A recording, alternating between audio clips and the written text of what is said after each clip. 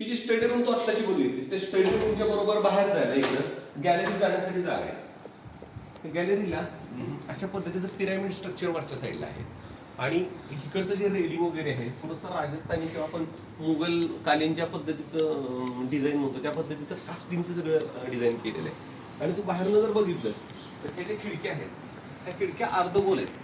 हे साधारण ह्या सगळ्या जे आहेत त्या बार्माटिकमध्ये केलेले आहेत. इकडची खिडकी तिकडची खिडकी आणि जर त्या पद्धतीने तू हा दरवाजा जरी बघितलास तर हा दरवाजा सुद्धा हा पूर्ण टिकवूड मधला आहे दरवाजा. या ठिकाणी 2 लाईट्स ठेवलेल्या आहेत, 2 लाईट्स सोडलेल्या आहेत. इव्हन काय गरज लागली तर इकडे जर कोपऱ्यात सुद्धा लाईट्स आहेत.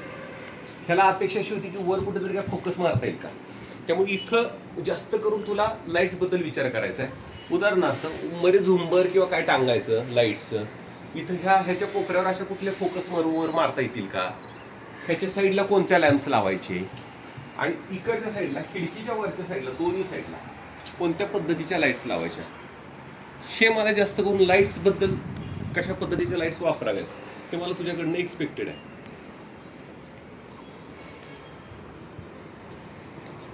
ठीक आहे.